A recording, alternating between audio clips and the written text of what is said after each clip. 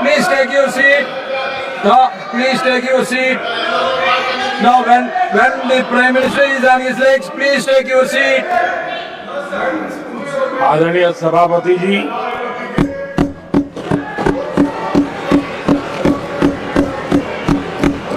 राष्ट्रपति जी के अभिभाषण पर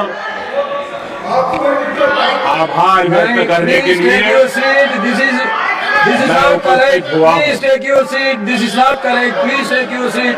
No. Please take your seat. आप बैठिए प्लीज. आप बैठिए please. Prime minister is on his legs. Please आप बैठिए. प्लीज आप बैठिए.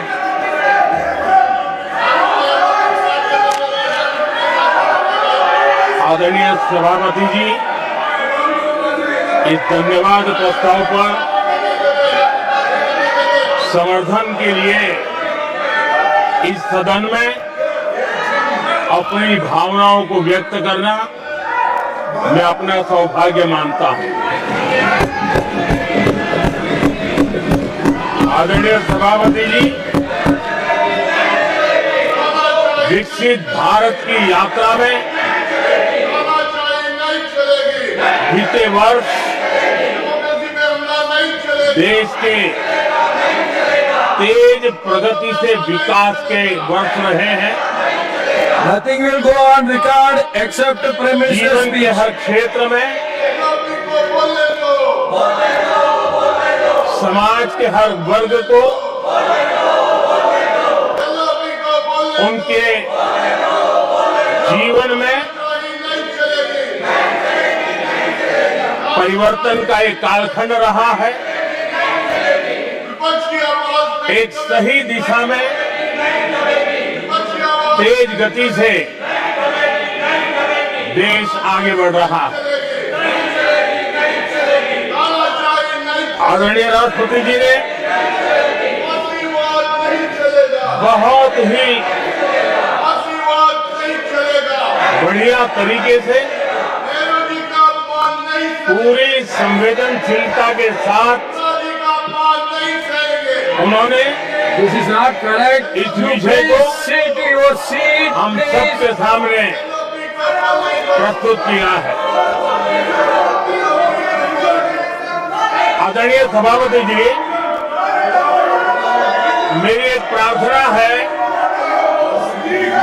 आदरणीय खड़गे जी की उम्र देखते हुए वो बैठ करके भी नारे बोल सकते हैं तो अच्छा होगा, ताकि उनको कष्ट न हो। पीछे नौजवान बहुत लोग हैं, तो खड़गे जी को No. आज बैठते बैठते भी When you are speaking, they are listening. You are नारे listening. बोलने की अनुमति दे दीजिए।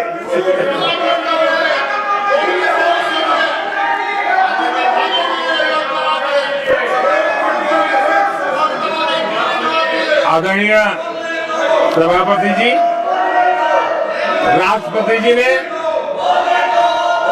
इस देश के मध्यम वर्ग, इस देश के निम्न मध्यम वर्ग, इस देश के गरीब, इस देश के गांव, इस देश के किसान, महिलाएं, विज्ञान हो, प्रौद्योगिकी हो, कृषि हो, सभी विषयों को लेकर के बहुत ही विस्तार से भारत के प्रगति का एक स्वर संसद में गूंजा है।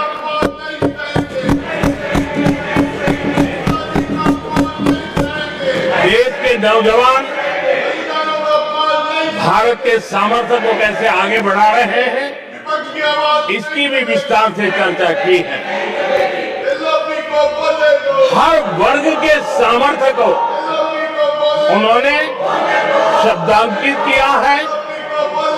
और इतना ही नहीं, आदरणीय राष्ट्रपति जी ने भारत के उज्जवल भविष्य के प्रति एक विश्वास व्यक्त किया है। ये अपने आप में हम सब के लिए प्रेरक है।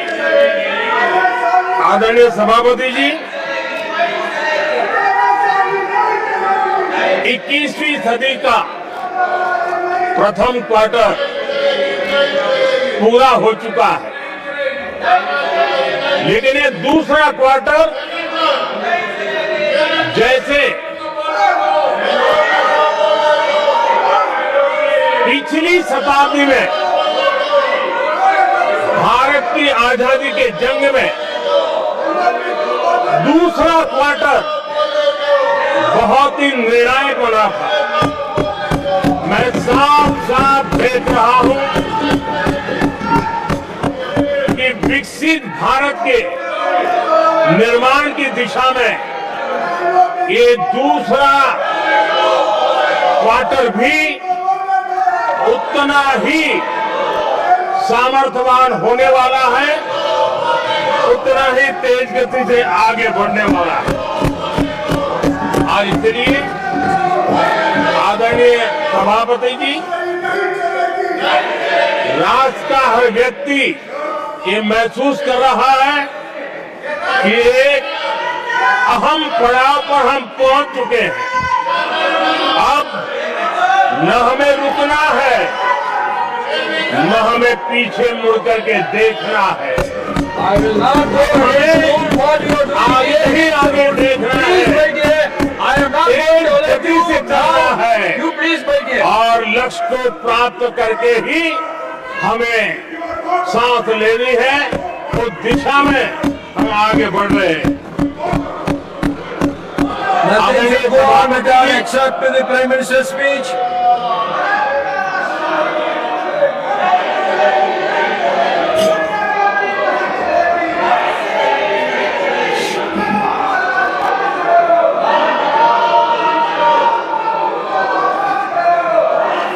आदरणीय सभापति जी, वर्तमान में अगर हम देखें तो भारत के भाग्य के अनेक सुयोग एक साथ हमें नसीब हुए। ये अपने आप में बहुत ही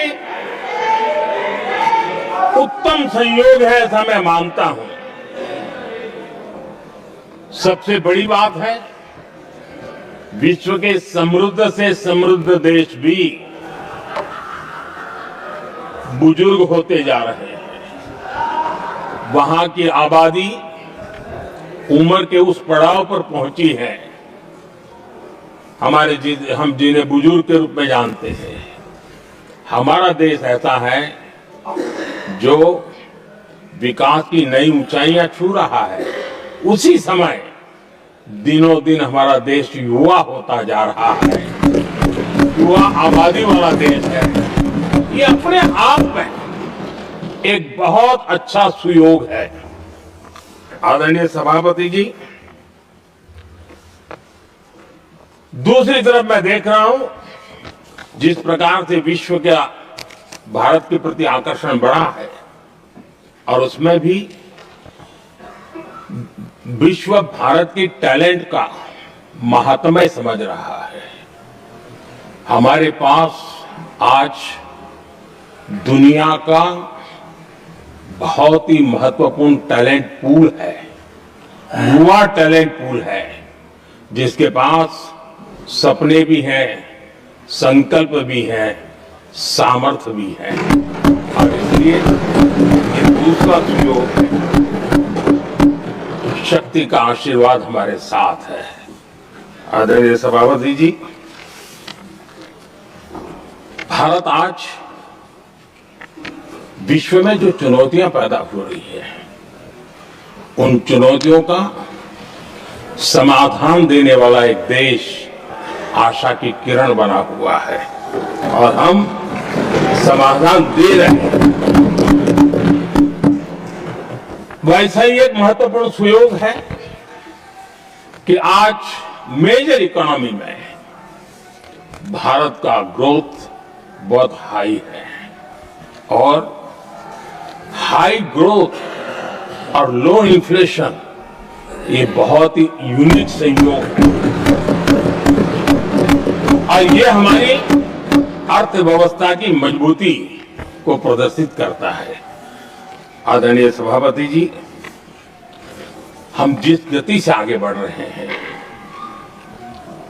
जब हमें देश की जनता ने सेवा करने का मौका दिया, तब फ्रेजाइल 5 के रूप में ये देश जाना जाता था। जब हमें अवसर मिला, तब देश आजाद हुआ, तब हम दुनिया में 6 नंबर की इकोनॉमी थे। लेकिन इन लोगों ने ऐसा एक हाल करके रखा कि 11 पे पहुंचा दिया। आज हम 3 पर जाने की दिशा में तेज गति से।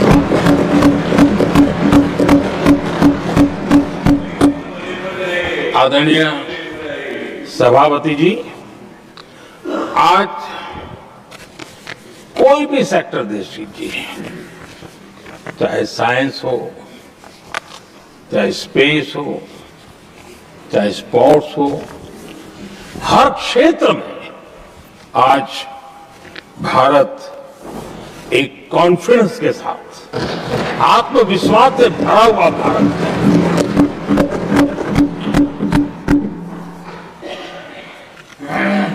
कोविड के बाद विश्व में जो स्थितियां पैदा हुई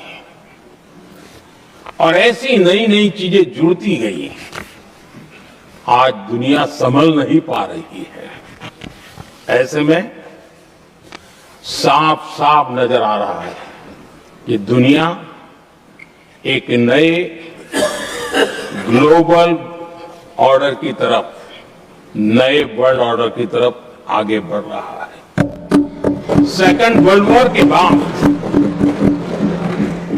एक वर्ल्ड ऑर्डर बना था, अब एक नए वर्ल्ड ऑर्डर की तरफ विश्व बहुत तेजी से आगे बढ़ रहा है। और सबसे बड़ी खुशी की बात है, सारी घटनाओं का और राजनीतिक तरीके से निष्पक्ष भाव से विश्लेषण करेंगे तो झुकाव भारत की तरफ है।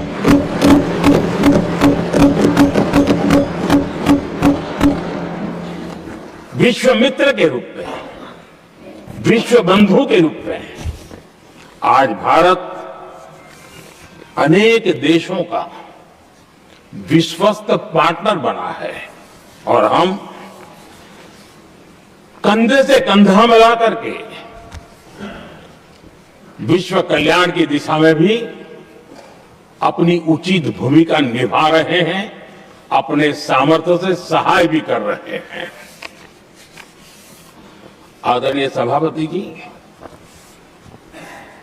आज पूरा विश्व ग्लोबल साउथ की चर्चा करता है, लेकिन उस चर्चा के सूत्रधार के रूप में आज भारत वैश्विक मंचों पर ग्लोबल साउथ की बुलंद आवाज बन गया है।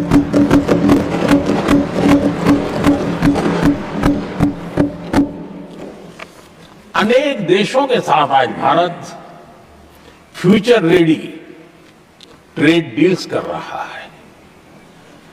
पिछले कुछ ही समय में दुनिया के महत्वपूर्ण 9 बड़े देशों के साथ 9 बड़े हमारे ट्रेड डील हुए और उसमें मदर ऑफ ऑल डील एक साथ 27 देशों के साथ, यूरोपियन यूनियन के साथ।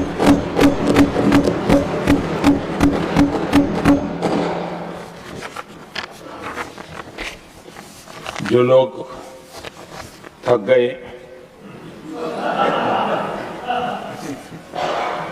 बेचारे चले गए, लेकिन कभी न कभी उनको जवाब देना पड़ेगा कि देश की ऐसी हालत कैसे बना के रखी थी कि दुनिया का कोई देश हमसे डील करने के लिए आगे नहीं आता था। आपने कोशिश की होगी, पीछे पीछे पीछे बहुत चक्कर लगाए होंगे, लेकिन किसी ने आपकी तरफ देखा भी नहीं होगा। क्या स्थिति ऐसे पैदा है? दुनिया के देश ऐसे ही भारत के साथ डील नहीं कर रहे हैं। आदरणीय सभापति जी, इसके पीछे सबसे बड़ी बात है, डेवलप कंट्रीज एक डेवलपिंग कंट्री के साथ डील करता है ना, वो अपने आप में भी अर्थ जगत के लिए एक बहुत बड़ा डील है। और मेरे लिए नई बात नहीं है। जब मुझे गुजरात में सेवा करने का अवसर मिला था तो मैं एक वाइब्रेंट गुजरात समिट करता था और मेरे लिए गर्व की बात थी कि एक स्टेट, हिंदुस्तान का एक स्टेट, मेरी इस वाइब्रेंट समिट की partner country, develop country Japan हुआ करता था। एक राज्य ने सामर्थ्य दिखाया था, आज मेरा देश ये सामर्थ्य दिखा रहा है। ये तब होता है जब आपके पास आर्थिक सामर्थ्य हो, आपके पास आपके नागरिकों के अंदर, देशवासियों में एक ऊर्जा हो और खास करके मैन्युफैक्चरिंग के लिए एक मजबूत इकोसिस्टम हो, तब जाकर के विश्व आपके साथ डील करने के लिए आगे आता है। वोट बैंक की राजनीति में डूबे हुए लोगों ने कभी भी देश के ऐसे अनेक पहलुओं पर मजबूती देनी चाहिए, ये कभी उनकी प्राथमिकता नहीं रही और उसी का परिणाम है। और जहां तक कांग्रेस पार्टी का सवाल है, मैं साफ साफ कहना चाहता हूं और मेरे शब्दों पे भरोसा नहीं तो मैं देश को, लोगों का कुछ मत करो, सिर्फ लाल किले से कांग्रेस के प्रधानमंत्रियों के जो भाषण है, सिर्फ उन भाषणों का एनालिसिस कर लो, आपको साफ साफ लगेगा कि न उनके पास कोई सोच थी, न उनके पास कोई विजन था और न ही कोई इच्छा शक्ति थी। और इसका परिणाम है कि देश को इतना भुगतना पड़ा। आदरणीय सभापति जी, मैं कोटि कोटि देशवासियों का आभारी हूं। उन्होंने सेवा करने का अवसर दिया। हमारी काफी शक्ति उनकी गलतियों को ठीक करने में जा रही है। दुनिया के मन में जो उनके समय की छवि है, उस छवि को धोने में मेरी ताकत लगती है। ऐसा बर्बाद करके रखा हुआ था और इस काम के लिए हमने फ्यूचर रेडी पॉलिसीज पर बल दिया है। और आज आपने देखा होगा, देश नीति के आधार पर चल रहा है, पॉलिसीज के आधार पर चल रहा है। एडोकिज्म को हमने त्याग कर दिया है और उसके कारण विश्व का विश्वास बनता है। हमने रिफॉर्म, परफॉर्म, ट्रांसफॉर्म के मंत्र को लेकर के आगे बढ़े और आज स्थिति ऐसी है कि देश रिफॉर्म एक्सप्रेस पर सवार हो चुका है।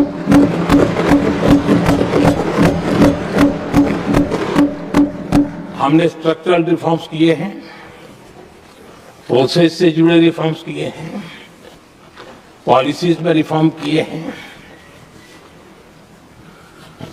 हमारा मैन्युफैक्चरिंग सेक्टर, हमारे उद्यमी ये सशक्त हो, भारत की हर चीज का वैल्यू एडिशन हो, उस दिशा में हमने प्रयास किया है।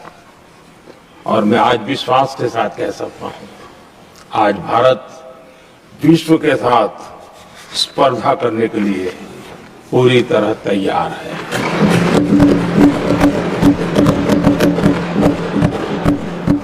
जब मैं विश्व के सीईओ फोरम की समिट देखता हूं, आज दुनिया हमारे उद्यमियों को समानता के रूप में देखती है। और जब पिछले दिनों सभी दलों के डेलीगेशन विश्व में गए थे, ये भाव उन्होंने भी अनुभव किया और आकर के मुझे सभी दल के माननीय सांसदों ने अपने अनुभव बता रहे थे, बड़ा गर्व से कह रहे थे कि हाँ, बराबरी से बात हो रही है। ये हमारे लिए अपने आप में बात है। आदरणीय सभापति जी, एमएसएमई का बहुत बड़ा नेटवर्क जितना सामर्थ्यवान होता है, वो लंबे अरसे तक इकोनॉमी को ताकत देता है। हमने उस दिशा में बल दिया और हमने कई रिफॉर्म्स किए हैं। आज हमारे एमएसएमई नेटवर्क पर दुनिया का भरोसा बढ़ रहा है। बड़े बड़े हो सकता है हम हवाई जहाज नहीं बना दोगे, लेकिन कई हवाई जहाज है जिसमें कई पुर्जे मेरे देश के छोटे छोटे एमएसएमई बना रहे हैं। आदरणीय सभापति जी, देश में हुए इन प्रयासों का नतीजा सबके सामने है। बड़े बड़े देश भारत के साथ व्यापारिक संबंध बनाने के लिए बहुत ही आतुर है। यूरोपीय संघ का ट्रेड डील हो, अमेरिका के साथ अब ये भी हुआ जो ट्रेड डील हो, और कल हमारे पीयूष जी ने सदन में विस्तृत जानकारी भी दी है, और पूरा विश्व खुल करके इस ट्रेड डील का तारीफ कर रहा है। और उसमें जब यूरोपियन यूनियन के साथ ट्रेड डील हुआ तो विश्व को एक भरोसा हुआ कि अब वैश्विक स्तर पर स्थिरता की संभावना बढ़ेगी। अमेरिका के साथ ट्रेड डील होने के बाद विश्व को और भरोसा हो गया कि जो स्थिरता की एहसास हो रहा था, अब गति का भी एहसास होने लगा है। विश्व के लिए शुभ संकेत है। आदरणीय सभापति जी, इसका सबसे बड़ा लाभ हमारे देश के नौजवानों को होगा। और जब मैं नौजवान कहता हूं तो उसमें मध्यम वर्ग का भी नौजवान होता है, शहर का नौजवान भी होता है, गांव का नौजवान भी होता है, बेटा भी होती है, बेटी भी होती है। और इसलिए उसे टुकड़ों में न देखा जाए। मेरे देश के युवा के सामर्थ्य का हमें गौरव करना चाहिए, और उनके लिए पूरा विश्व बाजार अब खुल चुका है। अब उनके लिए अवसर ही अवसर है। और मैं उनको कहता हूं, आइए दोस्तों, मैं आपके साथ कंधे से कंधा मिला करके खड़ा हूं। हिम्मत कीजिए, बढ़िए। देश आपके साथ खड़ा है और दुनिया आपका स्वागत करने के लिए इंतजार कर रही है। आदरणीय सभापति जी, जिस प्रकार से दुनिया में हमारे युवा प्रोफेशनल्स की मांग बढ़ रही है, इवन केयर गिवर्स की मांग बढ़ रही है। हर कोई मिलता है, हमें इस प्रकार के लोग चाहिए। इस प्रकार कुछ लोग तो अपना स्पेशल ऑफिस यहां बना रहे हैं रिक्रूट करने के लिए, योग्य टैलेंट की खोज के लिए। इसका मतलब हुआ कि भारत के प्रोफेशनल्स के लिए भी विश्व में बहुत बड़े अवसर बन रहे हैं। आदरणीय सभापति जी, ये संसद का उच्च सदन, ये एक प्रकार से राज्यों का प्रतिनिधित्व करता है।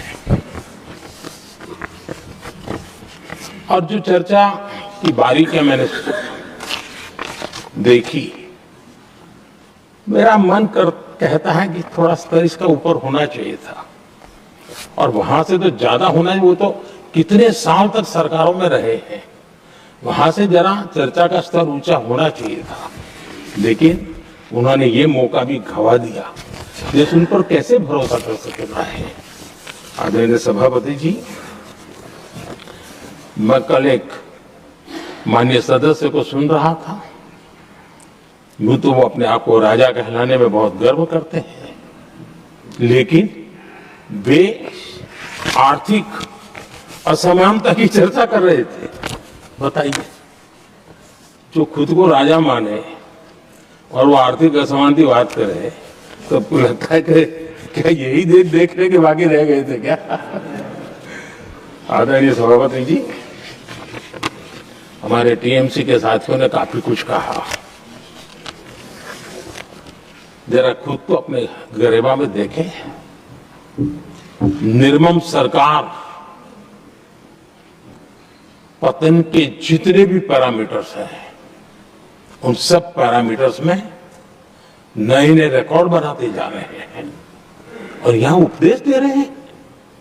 क्या हाल करके रखा हुआ है। ऐसी निर्मम सरकार से वहां के लोगों का भविष्य अंधकार के अंदर डूब रहा है, लेकिन इनको कोई परवाह नहीं है। सत्ता सुख के सिवाय कोई आकांक्षा नहीं और वे यहां उपदेश देते हैं। घुसपैठ दुनिया का समृद्ध से समृद्ध देश भी अपने यहां गैर कानूनी नागरिकों को बाहर निकाल रहा है। हमारे देश में घुसपैठियों को बचाने के लिए अदालतों को तब प्रेशर पैदा किया जा रहा है। मेरे देश का नौजवान कैसे ऐसे लोगों को माफ करेगा जो घुसपैठियों की वकालत करने के लिए ताकत लगा रहे हैं। और घुसपैठिए मेरे देश के नौजवानों के हक छीन रहे हैं, उनकी रोजी रोटी छीन रहे हैं, आदिवासियों की जमीन छीन रहे हैं, बेटे बेटियों की जिंदगी पर खतरे पैदा हो रहे हैं। लेकिन उनके लिए महिलाओं पर अत्याचार होते रहे। सत्ता नीति के सिवा कुछ करना नहीं और वो यहां पर हमें उपदेश दे रहे हैं। और ऐसे चिंताजनक सभी विषयों पर आंखें मूंद करके बैठे हुए वो लोग हैं। एक हमारे माननीय सदस्य काफी कुछ बोल रहे थे, जिनकी पूरी सरकार शराब में डूब गई है, जिनके शीश महल घर घर में नफरत का कारण बन गए और शायद उनको ब्लैक शब्द ज्यादा पसंद है। हर एक अपना अपना एक भूतकाल होता है।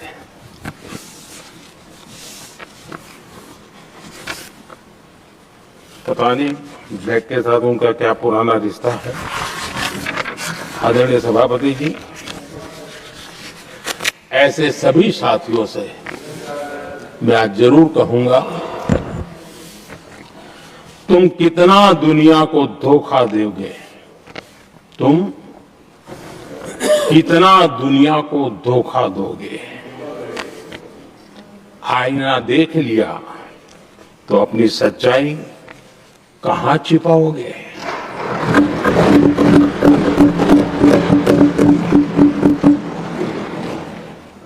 कांग्रेस हो, टीएमसी हो, डीएमके हो, लेफ्ट हो, ये दशकों से केंद्र में सत्ता में रहे हैं, सत्ता के भागीदार रहे हैं। राज्यों में भी उनको सरकारें चलाने का अवसर मिला है, लेकिन उनकी पहचान क्या बनी। आज डील की चर्चा होती है तो गौरव से कहते हैं, तब डील की चर्चा होती थी तो बॉफोर्स डील याद आता था। ये डील होते थे।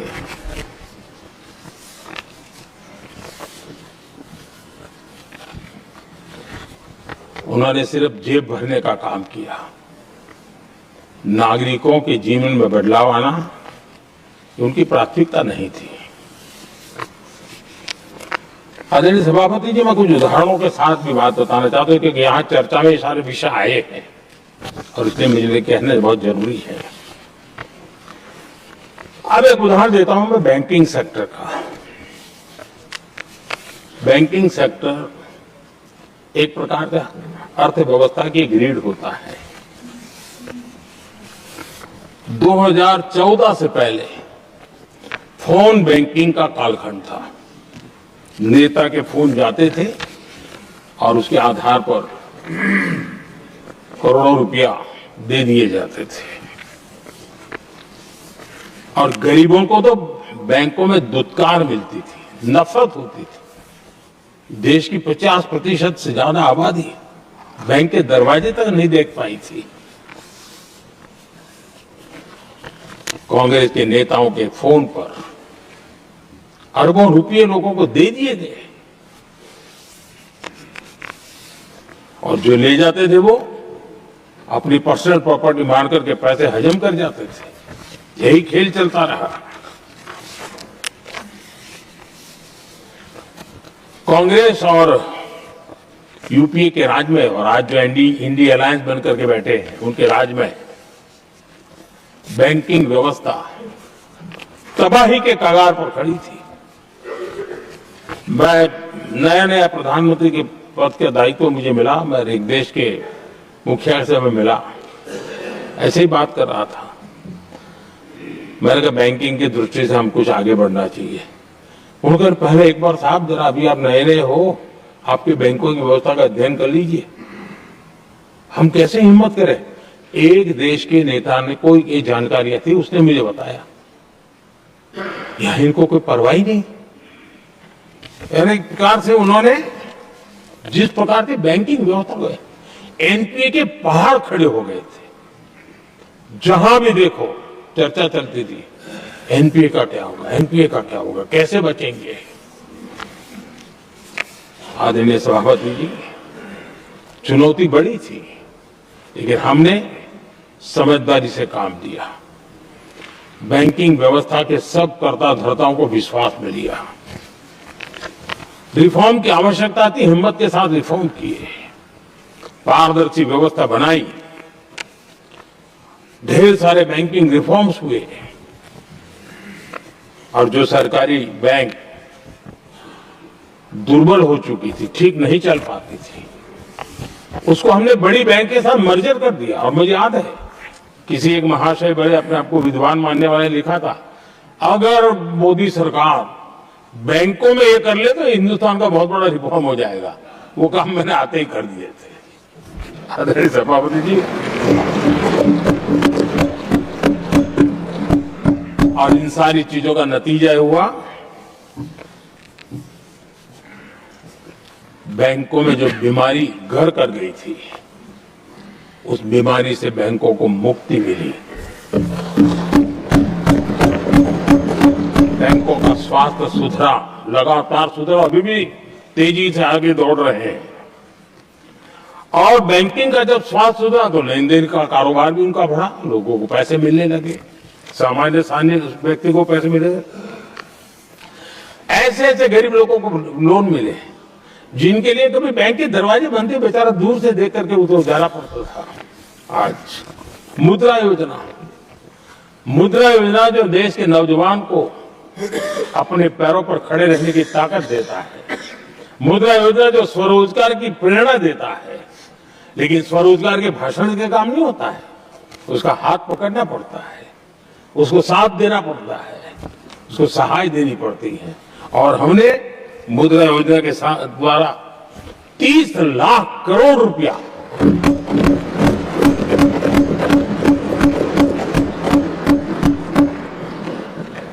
$30 लाख करोड़ रुपए से ज्यादा लोन मुद्रा योजना के माध्यम से और बिना गारंटी देश के नौजवानों के हाथ में दिया और उन्होंने अपने कारोबार को आगे बढ़ाया। और गर्व की बात है, उसमें बहुत बड़ी मात्रा में माताएं बहनें भी हकदार बनी,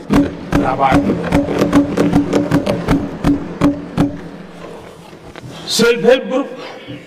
इन दिनों ग्रामीण महिलाएं बड़े सपने देखती हैं, खुद अपने पैरों पर खड़ा होना चाहती थी। विमेन सेल्फ हेल्प ग्रुप का हमने विस्तार तो किया ही किया, लेकिन 10 करोड़ बहनों को हमने सीधी आर्थिक मदद की व्यवस्था। हमारे एमएसएमई सेक्टर को हमने भरपूर लोन दी। और मैं आज बड़े संतोष के साथ, बड़ी जिम्मेवारी के साथ इस पवित्र सदन में कहना चाहता हूं, हमने एनपीए जिसके पहाड़ हुआ करते थे 2014 के पहले, आज उसको हमने नीचे निम्न स्तर पर ला करके खड़ा कर दिया। आज एनपीए 1% से भी नीचे है। ये अपने आप में बैंकों के स्वास्थ्य के लिए बहुत उत्तम काम हमने किया। मैंने इतना ही नहीं, हमारे बैंकों का प्रॉफिट आज रिकॉर्ड पर है, हाई रिकॉर्ड है उसके। ये अपने आप में देश की अर्थव्यवस्था को ताकत देने के लिए, बैंकिंग व्यवस्था मजबूत होती है तो बाकी अर्थव्यवस्था को भी मजबूती मिलती है, उस काम को कहेगा। आदरणीय सभापति जी, मैं एक और उदाहरण देना चाहता हूं।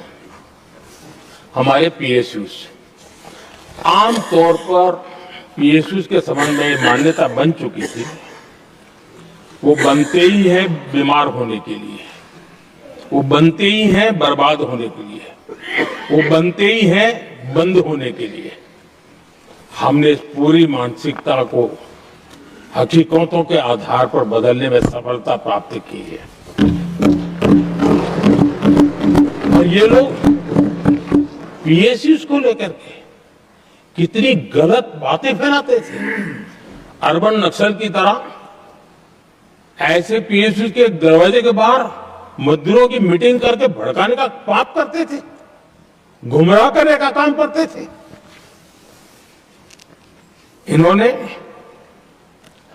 LIC, state bank of India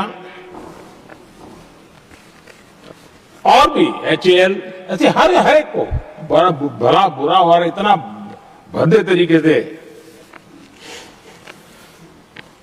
जब उनकी सरकार थी तब तो ये इन चीजों को संभाल नहीं पाते थे, उसको कुछ कर भी नहीं पाते थे। आदरणीय सभापति जी, हमने इसमें भी हिम्मत दिखाई। हमने पीएसयूज के संबंध में भी रिफॉर्म्स किए, रिफॉर्म्स की एक लगातार परंपरा चलाई। आज एलआईसी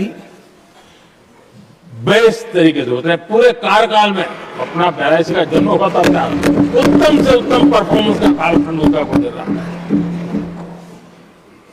जिन पीएसयूज को कांग्रेस के नेता ताले लगवाने की कगार पर पहुंच चुका था और उसी पर अपनी राजनीतिक रोटी सेकने का प्रयास भी किया गया था, आज हमारे पीएसयूज रिकॉर्ड प्रॉफिट पर हैं।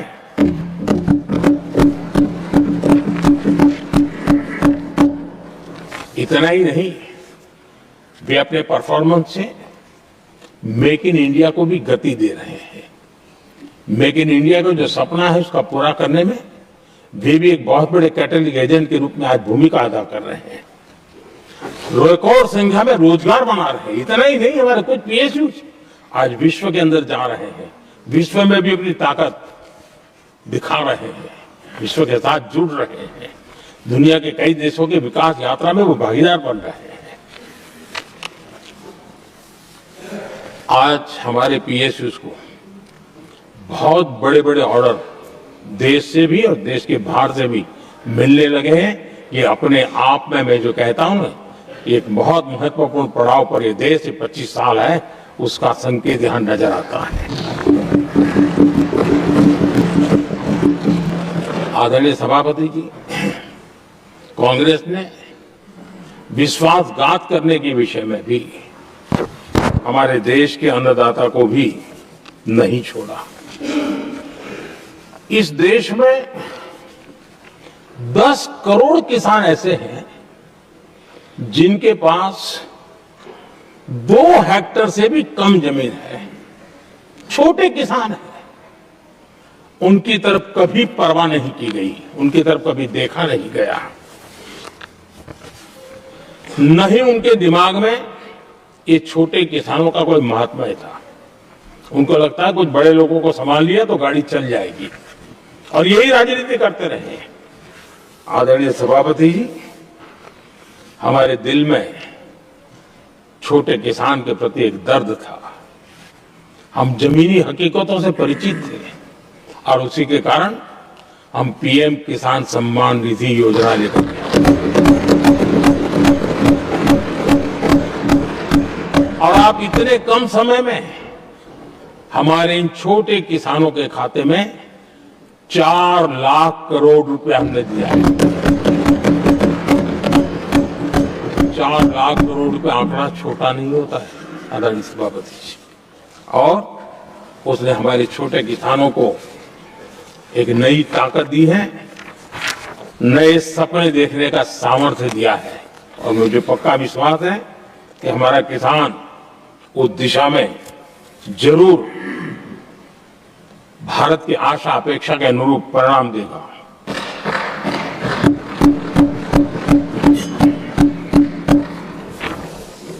आदरणीय सभापति जी,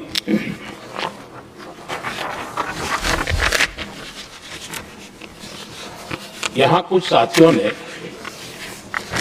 इम्प्लीमेंटेशन के संबंध में शिकायतों का भाषण काफी किए।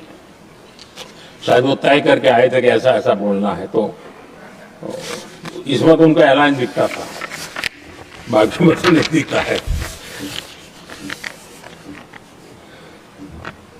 आदरणीय सभापति, जब ये इम्प्लीमेंटेशन को लेकर के इतनी बड़ी बड़ी बातें करते हैं, मैं एक जरा किस्सा सुनाता हूं। मैं किसी का भला बुरा कहने के लिए नहीं कर रहा हूं, मैं सिर्फ हकीकत है रख रहा हूं। परेशानी जिनको होगी उनको होगी, लेकिन तथ्य तो तथ्य ही होते हैं। हमारे देश के एक नेता हिमाचल प्रदेश के दौरे पर देते हैं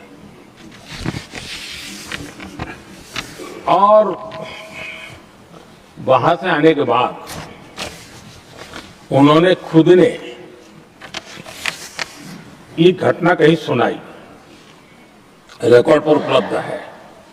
उसमें उन्होंने कहा,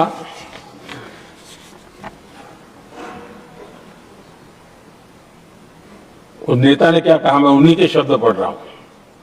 काफी लंबे समय तक मुझे योजना आयोग से संघर्ष करना पड़ा, क्योंकि वे पहाड़ी क्षेत्रों के लिए अलग योजनाएं बनाने को तैयार ही नहीं थे।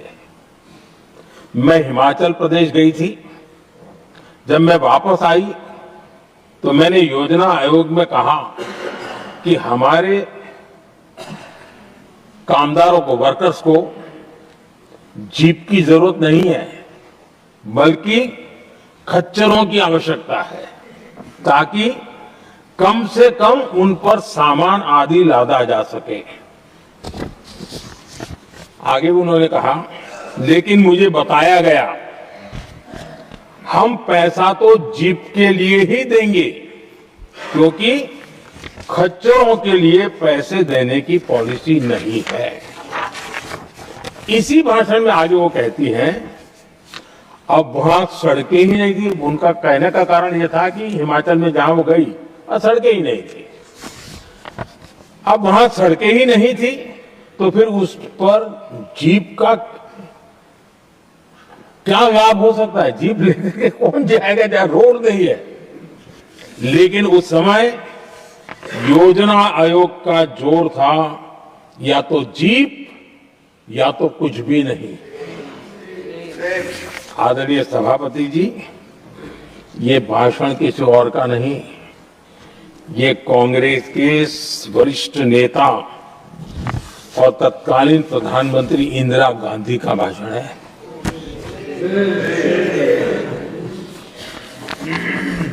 कांग्रेस के लंबे शासनकाल में यही कार्यशैली रही, और जिसको इंदिरा जी खुद जानती भी थी कि ये पाप चल रहा है, लेकिन इस कार्य संस्कृति को सुधारने के लिए उन्होंने कोई कदम नहीं उठाया।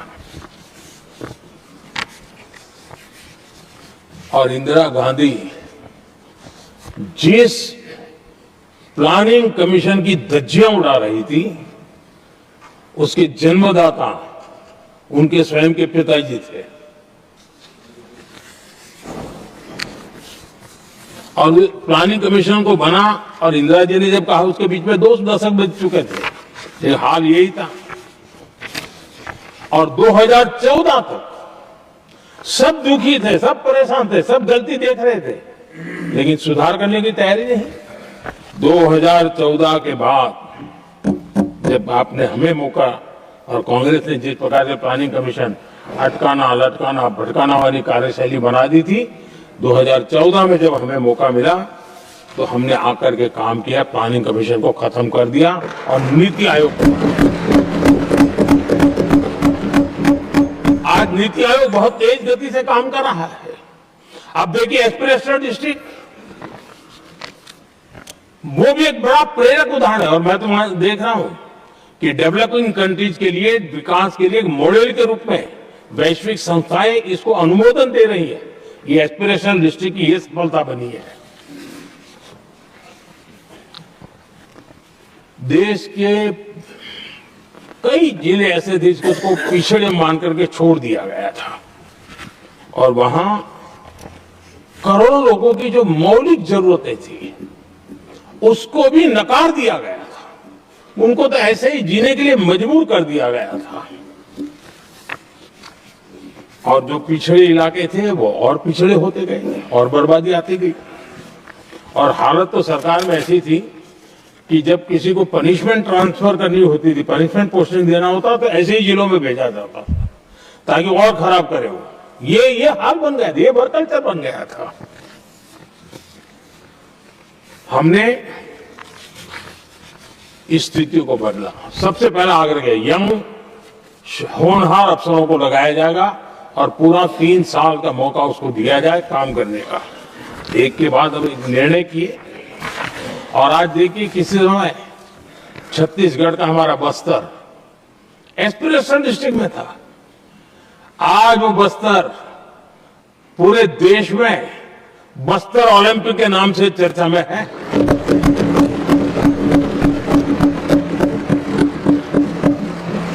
आज विकास की धारा बस्तर के गांव गांव पहुंच रही है। अभी कुछ गांवों में पहली बार बस देखी, पूरे गांव ने उत्सव मनाया बस्तर में। ये परिस्थितियां छोड़ करके गए हुए हैं लोग, और यहां पर पता नहीं किस प्रकार से देश को कहां ले जाना चाहते हैं लोग। आदरणीय सभापति जी,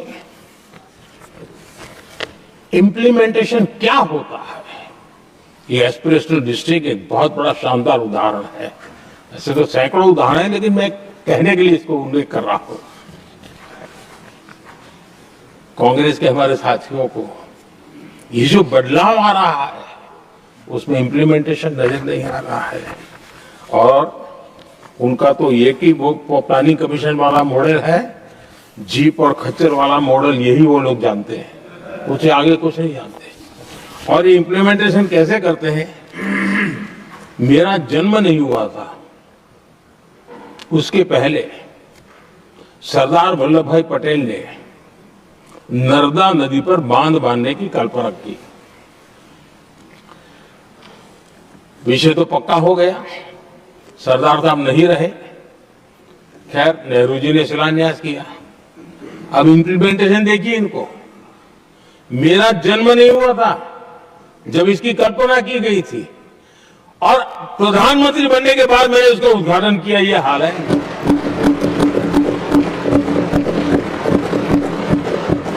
और उनका इम्प्लीमेंटेशन देखिए।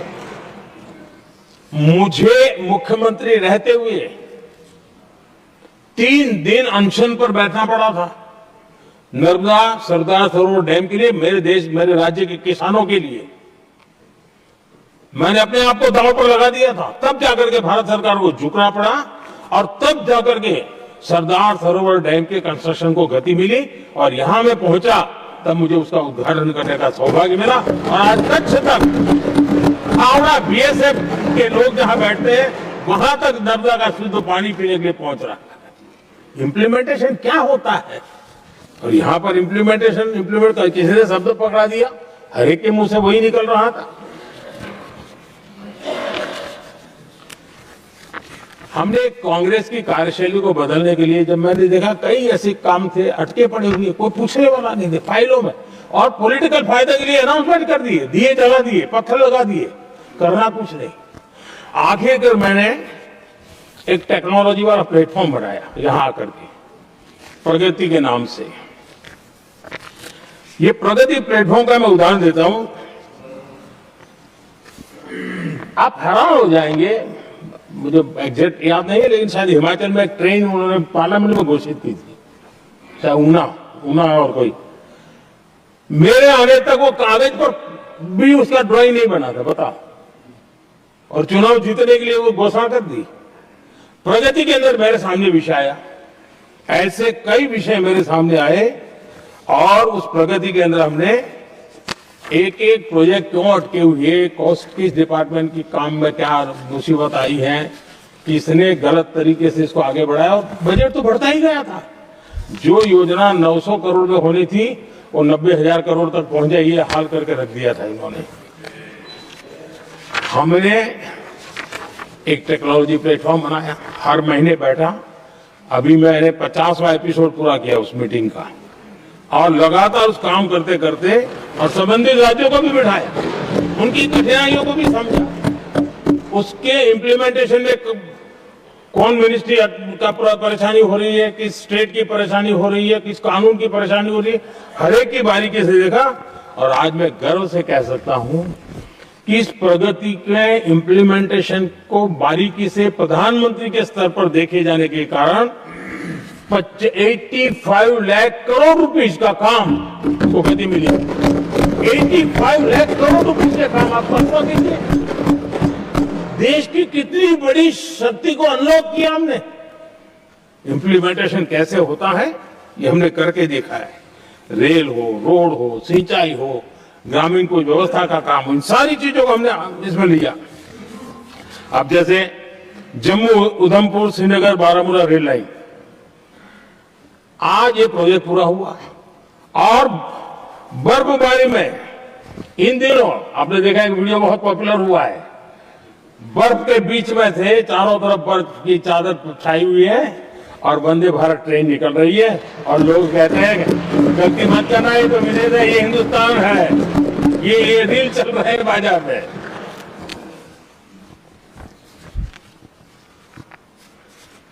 लेकिन 3 दशक तक यही प्रोजेक्ट लटका हुआ था। 3 दशक, 30 साल, आप कल्पना कर सकते, 2 पीढ़ी आगे बढ़ जाए, ये यही कटके पड़े थे। हमारी सरकार ने इसको पूरा किया।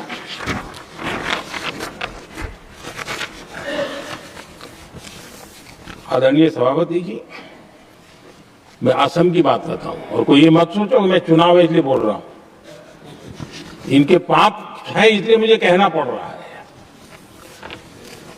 कांग्रेस सिर्फ इमेजिन करती है और इंप्लीमेंट करने का उनको कोई लेना देना ही नहीं होता है। अब असम का बोगीबिल ब्रिज, ये बोगीबिल ब्रिज अरुणाचल और असम को जोड़ने वाला बहुत महत्वपूर्ण ब्रिज, कितने ही सालों तक ये प्रोजेक्ट लटका रहा। हमने प्रगति के माध्यम से इसको रिव्यू किया और असम सहित पूरे नॉर्थ ईस्ट को बहुत बड़ी सुविधा वाला ये काम हमने पूरा किया। आदरणीय सभापति जी,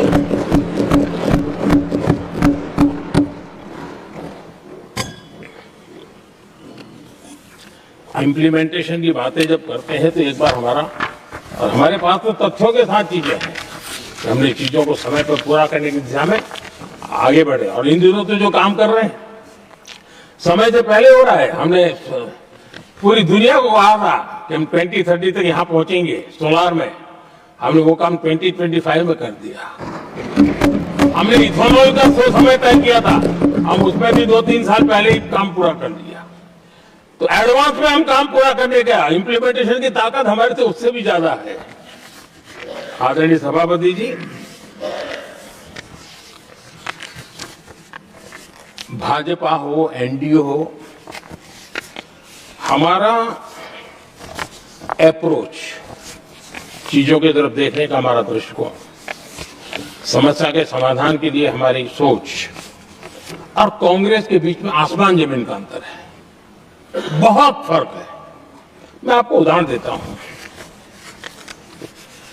हमारी सोच ये है कि 140 करोड़ देशवासी ये इतने सामर्थ्यवान हैं कि वह चुनौतियों को समाधान दे सकते हैं। ये हमारी सोच है, हमारा भरोसा है देशवासियों पर, उनके सामर्थ्य पर हमारा भरोसा है, और यही लोकतंत्र की भी सच्ची ताकत होती है। लेकिन कांग्रेस देशवासियों को ही समस्या मानती है। अब मैं इनका इतना बोल करके छोड़ दूंगा तो आज पता नहीं रात को उनको नींद नहीं आएगी और गालियां कल कैसी दे उसका प्लानिंग चलेगा। लेकिन मैं उदाहरण के साथ बताना चाहता हूं किस प्रकार से लोग सोचते थे देशवासियों के लिए।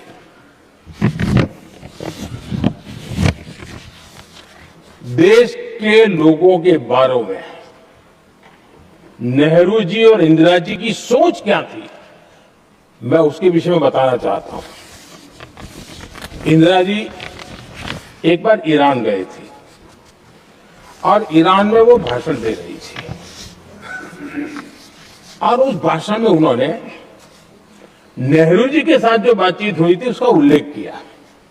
खुद ने कहा है, उन्होंने कहा, और मैं जो इंदिरा जी ने कहा था उसको कोट कर रहा हूं, जब किसी ने मेरे पिताजी से पूछा, यानी नेहरू जी से पूछा कि उनके सामने कितनी समस्याएं हैं, तो उन्होंने उत्तर दिया था 35 करोड़। नेहरू जी ने जवाब दिया था कि उनके सामने कितनी समस्याएं हैं, बोले 35 करोड़। उस समय हमारे देश की जनसंख्या थी 35 करोड़। अब आगे देखिए, 35 करोड़ देशवासी नेहरू जी को समस्या लगते थे। ऐसा कोई मुखिया हो सकता है क्या जी? और इस बात का उदाहरण देते हुए इंदिरा जी ने आगे कहा कि आज देश की जनसंख्या 57 करोड़ है, इसलिए मेरी समस्याओं की संख्या भी उतनी ही बड़ी है। यानी पिताजी को 35 करोड़ समस्या वाले देशवासी लगते थे, अब 57 करोड़ उनको समस्या। कोई ऐसा हो सकता है जो अपने ही देशवासियों को समस्या माने? ये फर्क है उनकी सोच और हमारी सोच में, ये फर्क है उनके अप्रोच और हमारे अप्रोच में।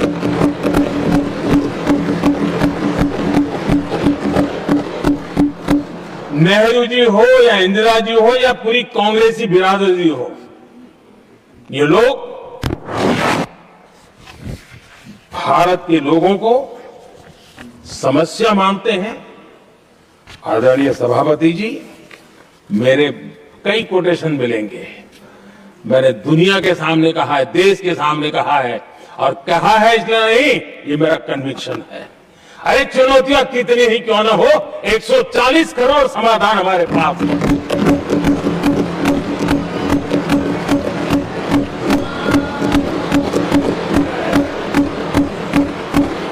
हमारे लिए देशवासी समर्थक की पूंजी है। हमारे लिए हर देशवासी भारत का उज्जवल भविष्य का नियंता है, निर्माता है, कर्ता धर्ता है। हम उसको समस्या कैसे कह सकते हैं? ऐसी सोच वाले लोग अपने परिवार का ही भला करेंगे और किसका करेंगे? आदरणीय सभापति जी, देश के लोगों का अपमान करते रहना एक कांग्रेस के स्वभाव में पड़ा हुआ है, उनके संस्कारों में पड़ा हुआ है। कांग्रेस ने बीते दिनों राष्ट्रपति जी का अपमान किया। चुनाव के बाद जिस प्रकार से हमारे राष्ट्रपति जी के लिए शब्द कहे गए हैं, शर्मिंदगी महसूस होती है कि ये कैसे लोग हैं? भारत के राष्ट्रपति के लिए क्या बोल रहे हैं लोग? आदरणीय सभापति जी, कल लोकसभा में भी राष्ट्रपति जी के अभिभाषण पर चर्चा नहीं हो पाई। ये राष्ट्रपति पद उसका घोर अपमान किया है। उनको संविधान शब्द मुंह में बोलने की अधिकार नहीं रहता है। जो लोग गरीबी से निकली हुई एक महिला, आदिवासी परिवार से आई हुई एक महिला,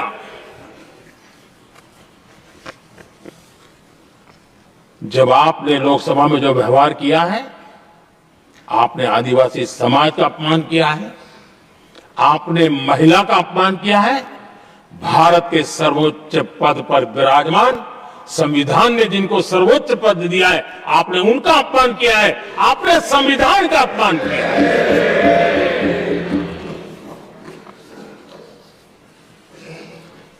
आदरणीय सभापति जी, उनको कुछ भी लगता हो, कांग्रेस को ये गुनाह की Honorable members, it is now 6 p.m. If the House agrees, we may sit beyond 6 p.m. till disposal of the motion of thanks and the presidential address. Do I have the leave of the House to extend the sitting beyond 6 p.m.? Thank you. आदरणीय सभापति जी, समय बढ़ाने के लिए मैं आपका और सदन का बहुत आभार व्यक्त करता हूं।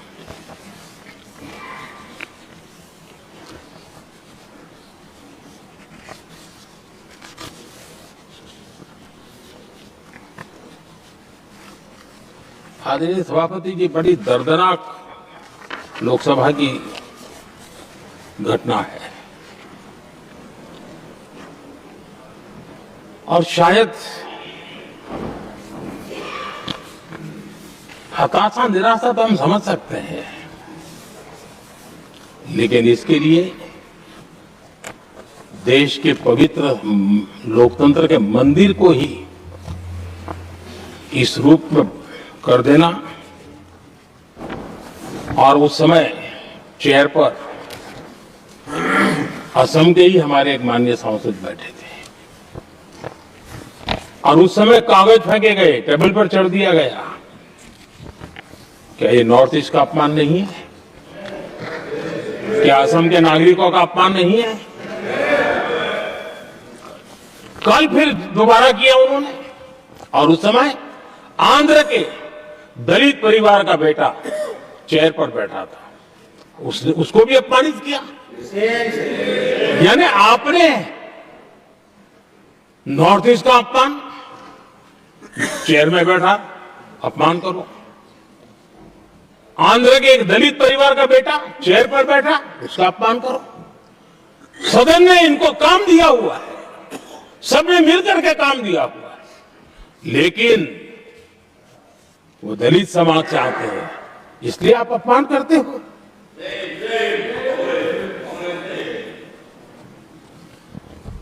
और ऐसा लगता है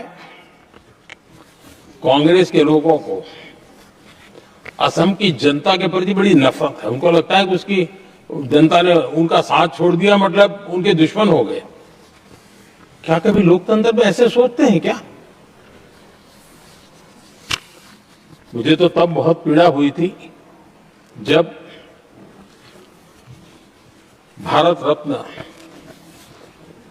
भूपेन हजारिका जी, जो कि इस देश के बहुत ही सम्मानीय व्यक्तित्व है, आज भी घर घर में उनको स्मरण करते हैं लोग। उनके प्रति जो भक्ति का भाव है, आप कल्पना नहीं कर सकते, लेकिन उनको इसकी भी कोई परवाह नहीं है। और जिस प्रकार से, और हमारा सौभाग्य था कि हमने भूपेन हजारिका जी के देश के लिए जो उनका योगदान था, नॉर्थ ईस्ट जैसे इलाके से पूरे देश को अपने वाणी से, अपने विचारों से, अपनी अभिव्यक्ति से बांध के रखा था। हमने भारत रत्न देने का निर्णय किया, इस पर भी इनको ऐतराज। और मैं तो हैरान हूं, खड़गे जी अगर होते तो मैं उनके हाजिर में कहता ही है, इन्होंने जिस प्रकार से बोला ना भारत रत्न के बाद, वो वीडियो पर उनका चेहरा देखेंगे ना, आपको लग रहा है ये ऐसे लोग हैं, ऐसा व्यवहार करते हैं। और ये कहा, अरे ये तो सिंगर थे। मैं समझता हूं कि एक किसी का भी अपमान करने में कभी भी पीछे नहीं रहते हैं। उन्होंने भूपेन हजारिका जी को भारत रत्न दिया, उसका भी विरोध किया। ये पूरे असम का विरोध है, पूरे देश के कला प्रेमियों का विरोध है। और मुझे पक्का विश्वास है, असम कभी भी इस अपमान को भूलने वाला नहीं है।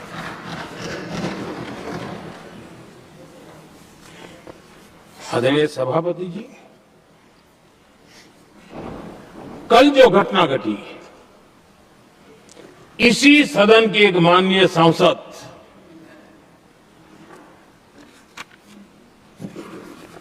कांग्रेस के शातिर दिमाग जिनका है ऐसे एक युवराज ने उनको गद्दार कह दिया। अहंकार कितनी सातवें आसमान पर पहुंच चुका है इनका। और कांग्रेस को छोड़कर के कितने ही लोग निकले हैं, कांग्रेस के कितने टुकड़े हुए हैं, कई लोग दूसरे दलों में गए हैं, लेकिन औरों को तो किसी को गद्दार नहीं कहा उन्होंने। लेकिन कल सांसद को गद्दार इसलिए कहा क्योंकि वो सिख थे। ये सिखों का अपमान था, ये गुरुओं का अपमान था। और कांग्रेस के अंदर जो कूट कूट करके सिखों के प्रति नफरत भरी पड़ी है ना, उसका वो अभिव्यक्ति थी। और इसी सदन के माननीय सांसद है वो, और उनको जरा भी दर्द नहीं, वरना आज खड़े होकर के कह सकते थे कि कल जो हुआ इसी सांसद की गरिमा के अनुरूप नहीं था, हमें खेद है। एक शब्द तो बोल लेते, लेकिन सिखों के प्रति उनके मन में जो नफरत भरी पड़ी है, और इसी के कारण उन्होंने कल, और जिसका परिवार देश के लिए शहादत देने वाला परिवार के वो सदस्य है, उन्होंने अपने राजनीतिक विचारों में परिवर्तन किया, इसलिए गद्दार हो गए। और ये गद्दार शब्द छोटा नहीं है। मेरे देशवासी को कोई गद्दार कहे, ये कैसे देश सहन करेगा? और वो भी एक सिख है इसलिए गद्दार कहना बहुत दुर्भाग्य की बात है। और ऐसे लोग कांग्रेस को नहीं डुबाएंगे तो क्या करेंगे?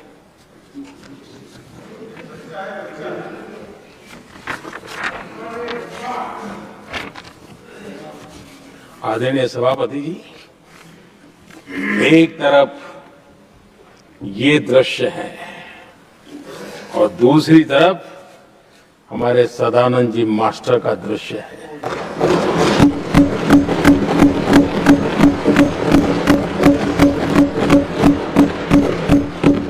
राजनीतिक विद्वेष के कारण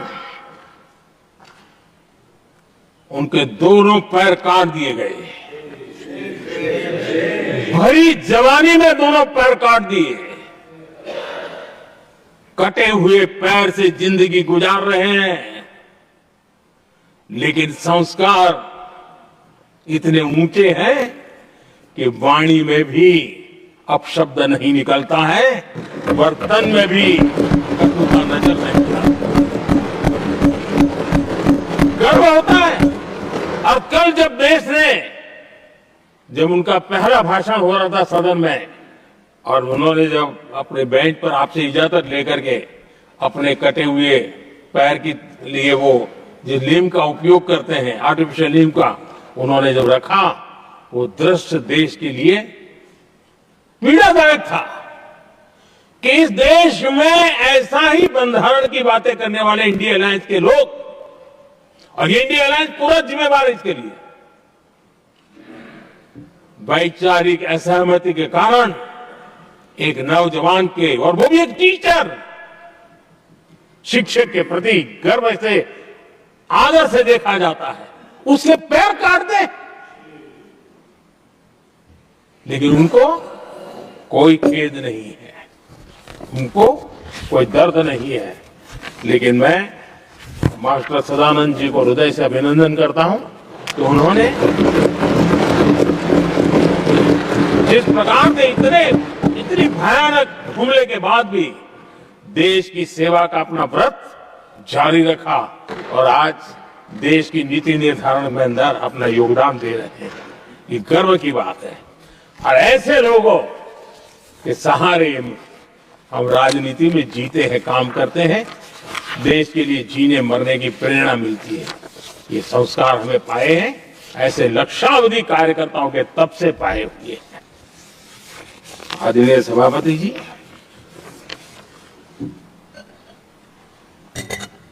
इन दिनों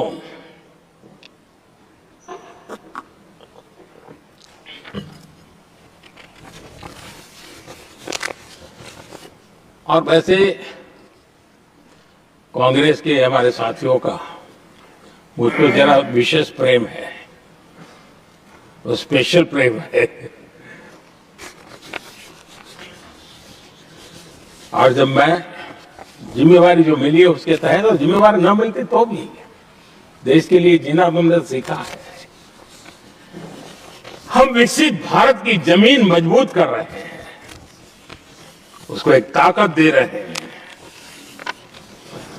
एक तरफ देश के युवाओं के लिए मजबूत जमीन तैयार कर रहा हूं, तो कांग्रेस मोदी की कब्र खोदने के कार्यक्रम करवा रही है। और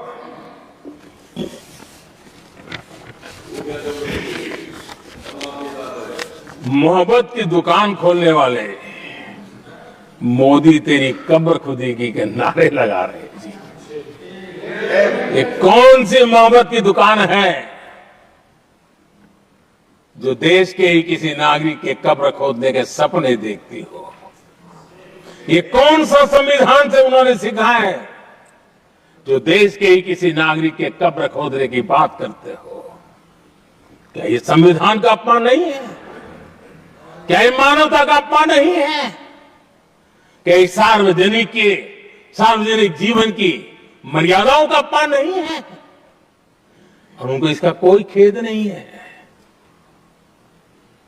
अगर इसके बाद क्या बयान देंगे? बयान देखो, प्रधानमंत्री राज्यसभा में भी रो रहा था।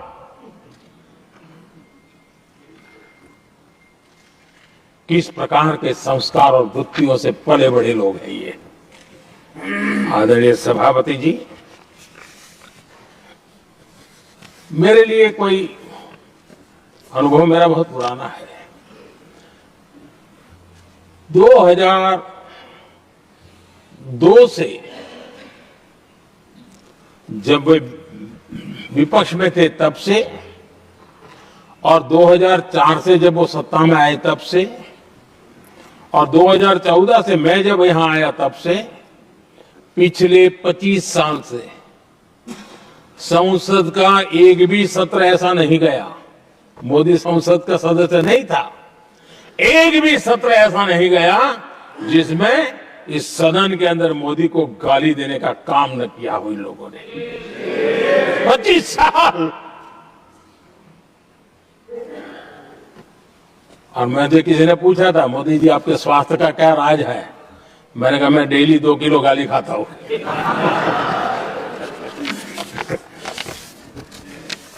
आदरणीय सभापति जी, ये मोदी की कब्र क्यों खोदना चाहते हैं?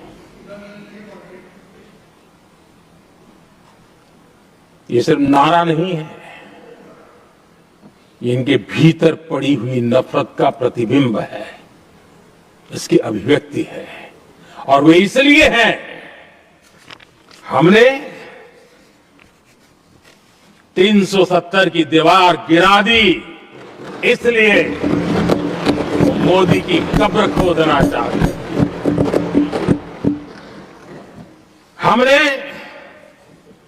नॉर्थ ईस्ट में बम बंदूक और आतंक का जो छाया बना रहता था, नॉर्थ ईस्ट में शांति और विकास का राह अपनाई, इसलिए वो मोदी की कब्र खोदने पर सोच रहे हैं। पाकिस्तानी आतंकियों को घर में घुस करके जवाब देते हैं, इसलिए मोदी की कब्र खोदने की बात करते हैं। ऑपरेशन सिंदूर करते हैं, इसकी उनको परेशानी होती है और इसलिए वो मोदी की कब्र खोदते हैं। माओवादी आतंक से देश को मुक्ति दिलाने के लिए साहसपूर्ण कदम उठा रहे हैं, इसलिए मोदी की कब्र खोदनी है आपको। हमने, नेहरू जी ने देश के साथ बहुत बड़ा अन्याय किया था, सिंधु जल समझौता करके। उस सिंधु जल समझौते को हमने एबेंस में डाल दिया, क्या इसलिए इसलिए आप मोदी की कब्र खोदने के नारे लगा रहे हो। आदरणीय सभापति जी, कांग्रेस की परेशानी कुछ और है। ये पचा नहीं पा रहे कि मोदी यहां तक पहुंचा कैसे, और उनकी परेशानी बढ़ती जा रही है कि भाई पहुंचा तो पहुंचा, लेकिन अब तक टिका क्यों है।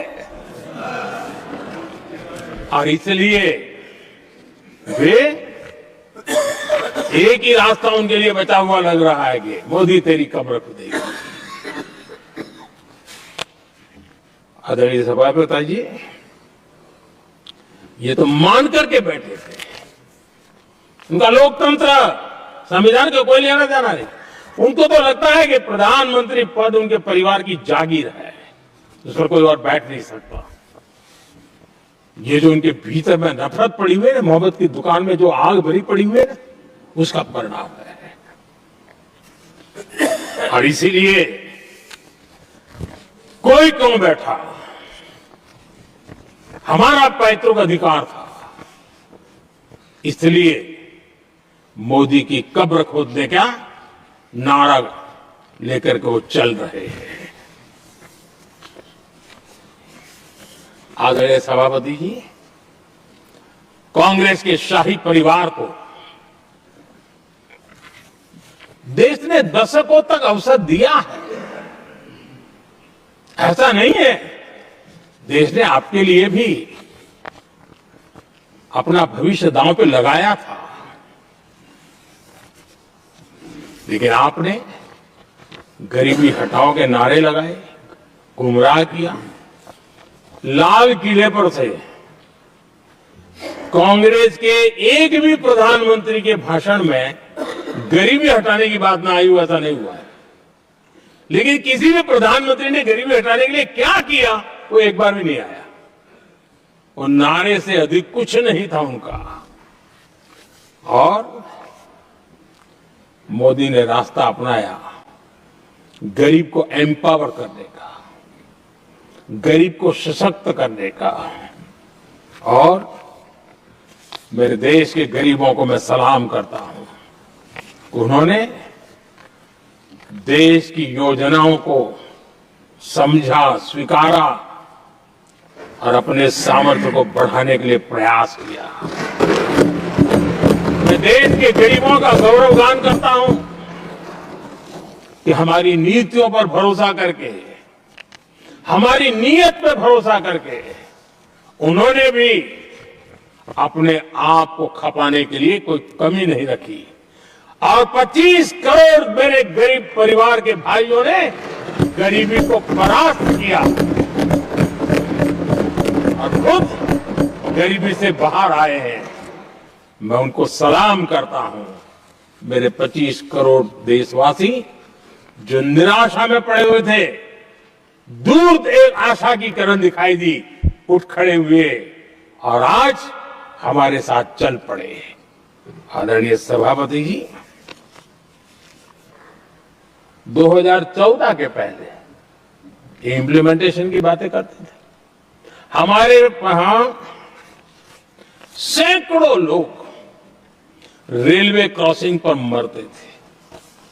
स्कूल की बस रेलवे क्रॉसिंग से जा रही है, 20-20, 25-25 स्कूल के बच्चे मरने की खबरें आती हैं।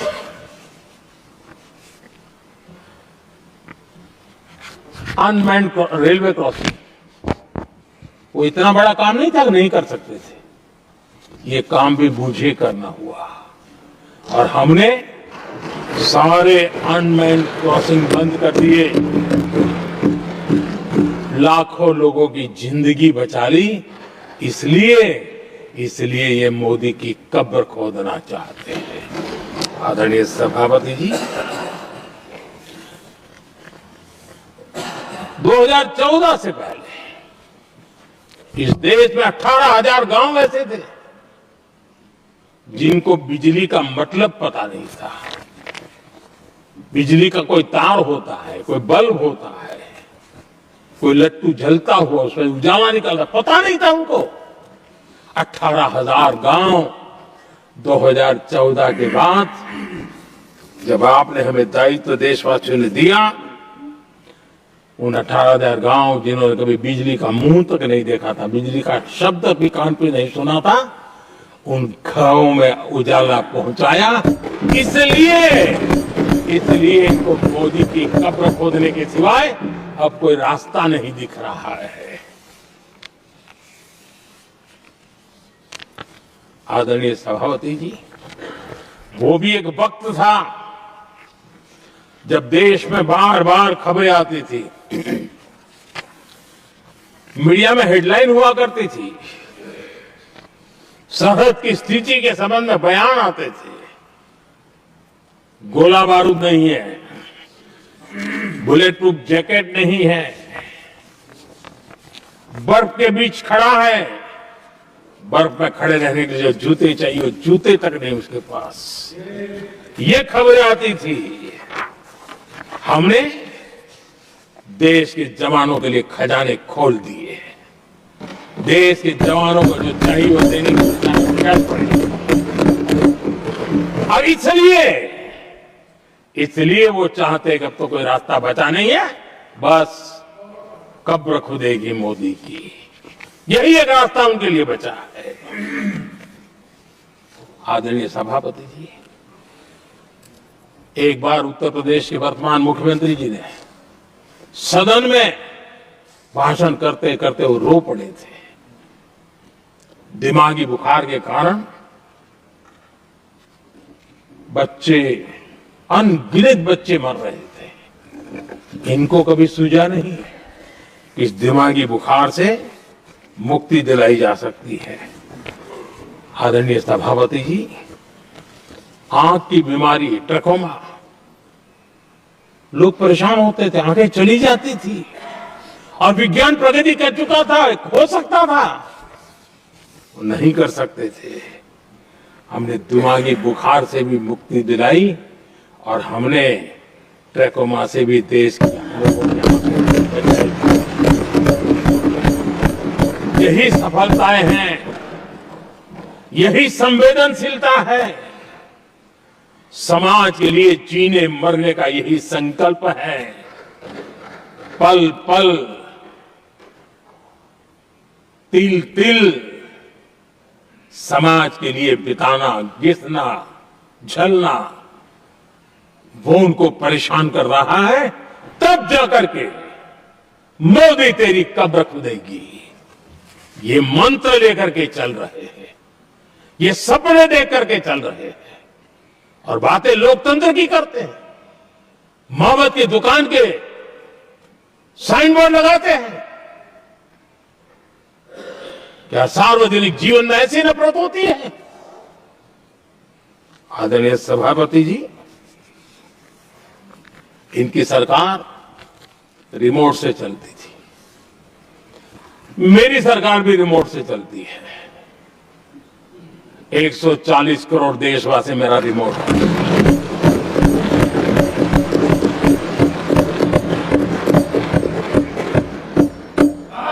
140 करोड़ देशवासियों के सपने, 140 करोड़ देशवासियों की आकांक्षाएं, देश के नौजवानों के संकल्प, इनके लिए हम जीते हैं, इनके लिए सरकार चलाते हैं।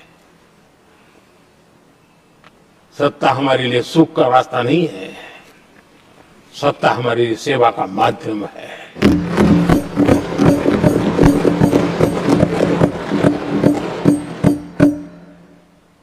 मुद्रा योजना लाखों करोड़ों की मदद करी, स्वरोजगार को बल दिया।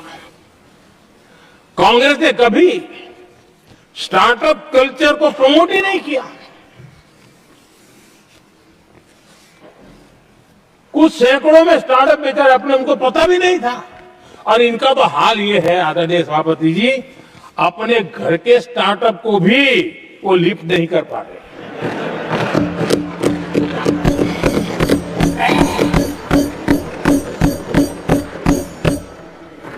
और हमारी सरकार में आज 2 लाख से ज्यादा स्टार्टअप है और जब सफलता एक के बाद एक जन सामान्य के दिलों को जीतती है ना, तब जाकर के उनके पास एक ही रास्ता बचा है, मोदी तेरी कब्र खुदेगी। लेकिन उस हमारा याद कीजिए, बीएसएनएल को लेकर के चुटकुले चलते थे, कार्टून बनते थे। आज स्वदेशी 4G स्टैक हमने खड़ा कर दिया। 5G दुनिया में सबसे तेज गति से रोल आउट करने का काम हमने कर दिया। कम्युनिकेशन की नई जनरेशन, नई टेक्नोलॉजी, नई सोच, इसको हमने आगे बढ़ाया। और इसलिए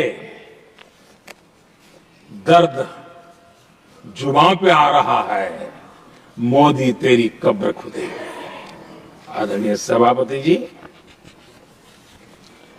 गरीब की सेवा ये मेरा सौभाग्य है। 4 करोड़ गरीबों को पक्के घर देना मैं जीवन में सुकून मानता हूं। बिजली, पानी, गैस का सिलेंडर, टॉयलेट की सुविधा, मुझे लगता है कि हाँ, परमात्मा ने मुझे सही दिशा में काम करने की प्रेरणा दी है। पहली बार गांव की महिला गर्व से कह रही है, हाँ मैं लखपति दीदी बनी हूं, तो दूसरी कह रही है इस साल तक मैं लखपति दीदी बन जाऊंगी। जो बन गई है उनको जब पूछता हूं, नहीं बोले साहब अब तो करोड़पति के लिए सोच रहे हैं। ये जो मिजाज बदला है, जो आत्मविश्वास बढ़ा है, और ऐसे देश के कोटि कोटि जनों के आशीर्वाद जिस इंसान पर हो, कोटि कोटि माताओं बहनों का जिस पर रक्षा कवच हो, नारे कितने ही लगा लो, कब्र तुम नहीं खोद पाओगे। ये देश की शक्ति, आशीर्वाद रूपी कवच, माताओं बहनों का मेरे प्रति जो भाव रहा है, जिस श्रद्धा भाव से मैंने माताओं बहनों की सेवा करने का काम किया है, जिनको कोई पूछता नहीं था उसको मोदी पूजाता है। यही कारण है, तो ये आशीर्वाद ही है जो इनको चूबते हैं, और इसलिए कब्र खोदना चाहता है। आदरणीय सभापति जी, चोरी करना जिनका पुश्तैनी धंधा है, जिन्होंने एक गुजराती की सरनेम भी चुरा ली,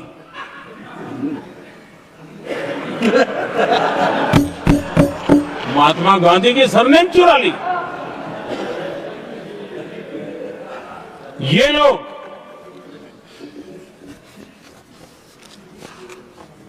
और देश की जनता इतनी समझदार कि ऐसी ऐसी पटक देती है, ऐसी पटक देती है तुम लोगों को। आदरणीय सभापति जी,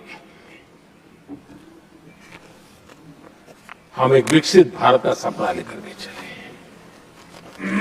और आज वो सपना देश के लोगों की ऊर्जा के कारण संकल्प में बदल चुका है।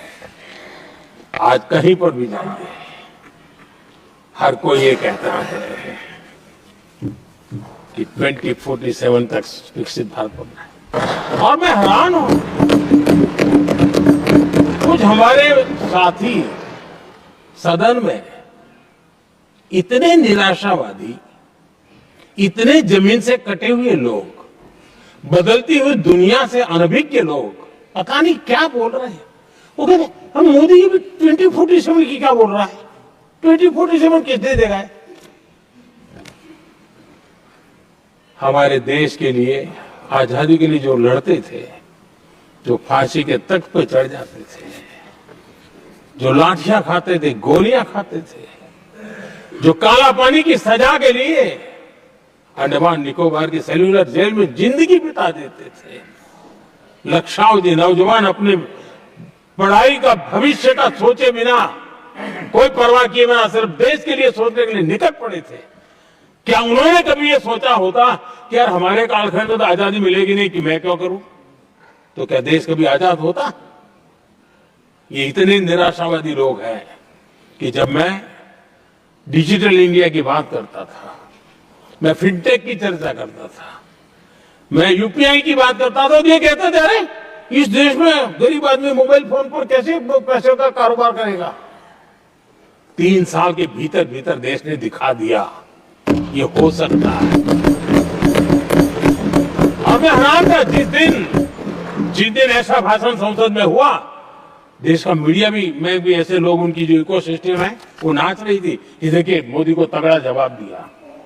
मोदी ने जवाब नहीं दिया। आपके हाथ में मोबाइल फोन जब यूपीआई से चलता है, काम करता है ना, जवाब अपने आप मिल जाता है।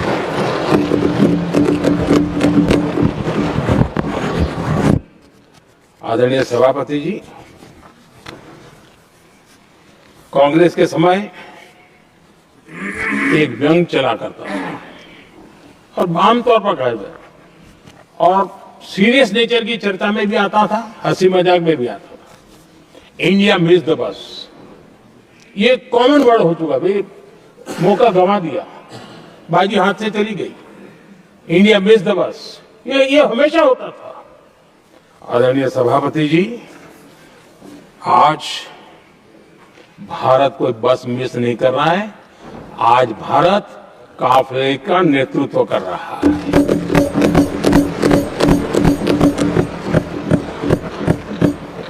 आदरणीय सभापति जी, देश का भविष्य उज्जवल बनाना है, वर्तमान भी उज्जवल बनाने के लिए अविरत कार्य करना होता है। हम विकसित भारत के सपने के लाइट में 5 वर्ष की योजना बनाते हैं और हर वर्ष का बजट बनाते हैं, और हम दिशा तय करके चलते हैं हम, क्योंकि हमारे लिए अगला चुनावी लक्ष्य नहीं होता है, हमारा लक्ष्य है 2047 विकसित। अरे चुनाव तो आएंगे जाएंगे, मेरा देश अजरा अमर रहने वाला है, और हम देश की युवा पीढ़ी के हाथ में समृद्ध हिंदुस्तान देने का सपना लेकर के चले। जिन बच्चे जो आज घर में बालक है ना, उनको भी मैं देख करके कल सोचता हूं मैं इसके हाथ में ऐसा हिंदुस्तान देकर के जाऊं ताकि हमें अपने काम का संतोष हो। 2047 क्यों, 2047 क्यों, ये बातें करते हैं। आदरणीय सभापति जी, आज जिस प्रकार से हम इनिशिएटिव लिए, चाहे स्पेस हो, साइंस हो, टेक्नोलॉजी हो, समंदर की गहराई हो, जल थल नभ अंतरिक्ष, हर क्षेत्र में नए संकल्प, नई ऊर्जा, नए कदम और नई सिद्धियों को लेकर के देश आज आगे बढ़ रहा है। हम ग्रीन हाइड्रोजन पर काम कर रहे हैं, हम आने वाले युग को समझ पा रहे हैं। हम क्वांटम कंप्यूटिंग की बात कर रहे हैं, हम एआई मिशन को लेकर के चल रहे हैं, और आज दुनिया मानने लगी है कि एआई मिशन भारत बहुत कुछ दुनिया को दे सकता है। ये विश्वास आज दुनिया में बना है। आज दुनिया में क्रिटिकल मिनरल, रेयर अर्थ राजनीतिक हथियार बन गया है। हम उस पर फोकस कर रहे हैं ताकि कभी भारत को किसी के पास हाथ फैलाने की नौबत ना आ जाए। आदरणीय सभापति जी, ऐसे तो अनगिनत प्रोजेक्ट हैं जिसमें विदेश का इन्वेस्टमेंट आना ही आना है, क्योंकि अब हर किसी को अपना भविष्य भारत की भूमि में नजर आ रहा है। हर किसी को अपना भविष्य भारत की टैलेंट के भरोसे नजर आ रहा है। हर किसी को भविष्य भारत के उज्जवल भविष्य के साथ खुद के उज्जवल भविष्य को जोड़ करके दिखता है। और इसलिए दुनिया आज भारत, विकसित भारत की बात हम क्यों कर रहे हैं, जिनके दिमाग में नहीं पड़ता है, दुनिया को समझ आ रहा है कि भारत ने सही दिशा पकड़ी है। चलो अब चर्चा वहां चल रही है कि हम बस न चुक जाए। कल तक चर्चा चलती थी इंडिया बस मिस करता है, अब दुनिया को लगता है अब हम लेट न हो जाए, वहां आने की स्पर्धा चल रही है।